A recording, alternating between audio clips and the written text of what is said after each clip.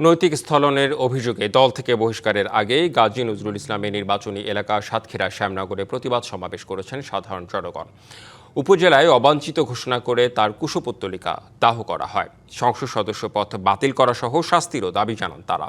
এদিকে ভিডিও ফাঁসের সন্দেহে ড্রাইভার ওবায়দুর রহমানকে মারধরের অভিযোগে গাজী নজরুল সহ ৫ জনের বিরুদ্ধে রাজধানীর পল্লবী থানায় মামলা হয়েছে। জামায়াতের সংসদ সদস্য গাজী নজরুল ইসলামের ব্যক্তিগত মুহূর্তের ভিডিও ছড়িয়ে পড়ার ঘটনায় ক্ষোভে ফুঁসছে শ্যামনগরের বাসিন্দারা। বুধবার বেলা ১১টায় শ্যামনগরে বিক্ষোভ মিছিল ও প্রতিবাদ সমাবেশ করেন সচেতন নাগরিক সমাজ। এ কর্মসূচিতে অংশ নেন বিএনপি, যুবদল ও মহিলা দলের নেতাকর্মীরাও। বিক্ষোভ মিছিল শেষে প্রতিবাদ সমাবেশে বক্তারা অভিযোগ করেন, মুখে ধর্মের দোহাই দিয়ে ভোট আদায় করলেও চারিত্রিকভাবে অসৎ গাজী নজরুল ইসলাম। বাংলা কিউআর যেখানে নগদ পেমেন্ট সেখানে। সারা দেশে ১০ লাখেরও বেশি মার্চেন্টে নগদে পেমেন্ট করুন খুব সহজে।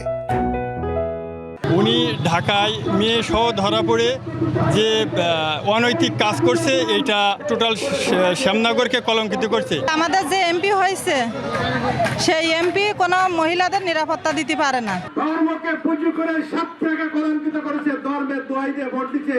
এই ধর্মান্ধদেরকে আমরা শ্যামনগরে আর দেখতে চাই না।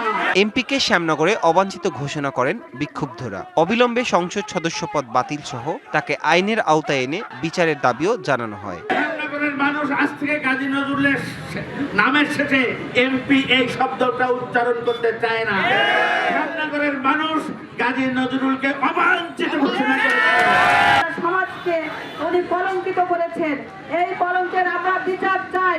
এর পদকে শূন্য করে এই আসনে আবার পুনরায় নির্বাচন চাচ্ছি। পরে শ্যামনগর প্রেস ক্লাবের সামনে গাজী নজরুল ইসলামের কুশপুত্তলিকা দাহ করা হয়।